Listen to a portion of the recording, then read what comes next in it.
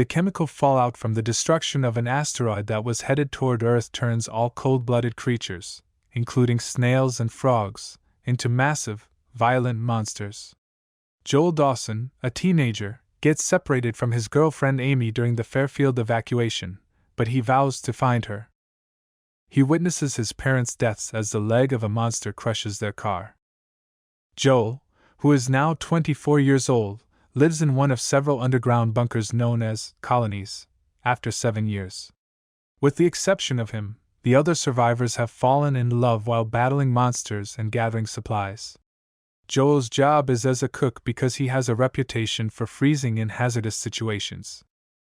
Joel decides he's had enough and embarks on a mission to find Aimee so he won't be left alone after a giant ant breaches his colony and kills one of the survivors.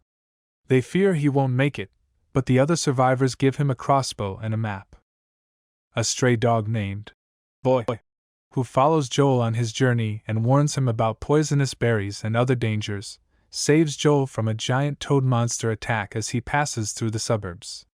Joel is saved by 2 survivors, Clyde Dutton and his adopted daughter Minnow, after he falls into a nest of worm monsters known as Sand-Gobblers.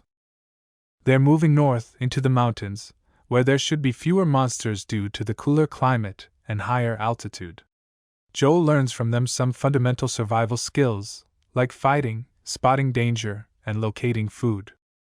Joel can also see from Minnow's demonstration that you can always tell in their eyes that not all monsters are hostile. Joel is invited to stay with the 2, but he is adamant that he needs to locate Aimee. As they part ways, Joel receives a grenade from Clyde.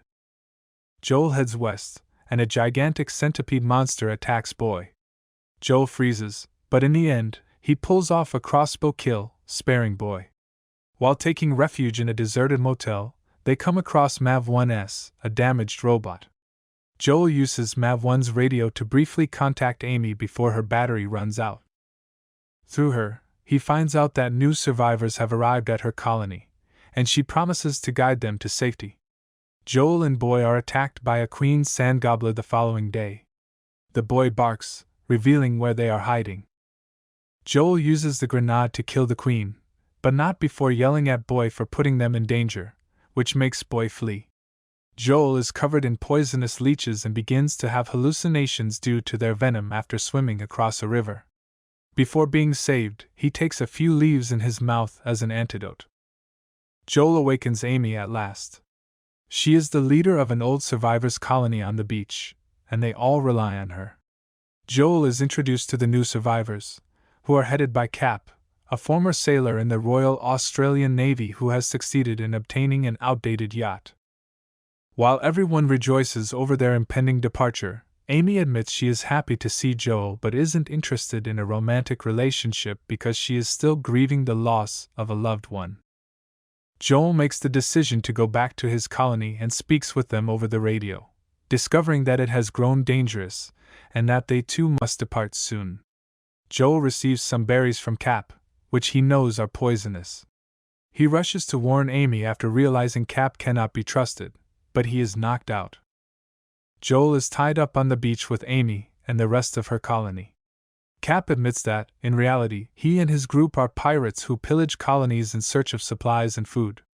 Joel and Aimee manage to break free from their bonds, and he summons a crab monster equipped with an improvised electric collar to devour the colonists. After Aimee snatches a hand cannon from a pirate, Boy comes back to save her. Joel is ready to kill the crab, but before he can do so, he looks into the creature's eyes and decides it is not hostile, so he uses the cannon to destroy the collar instead. Joel is unharmed by the crab, which then sinks the yacht and eats Cap and the pirates. Joel suggests that Aimee move her colony north. After giving each other a passionate farewell kiss, Aimee swears she will find him. Joel convinces them to go for the mountains by walking all the way back to his colony and giving her a book with all of his survival skills.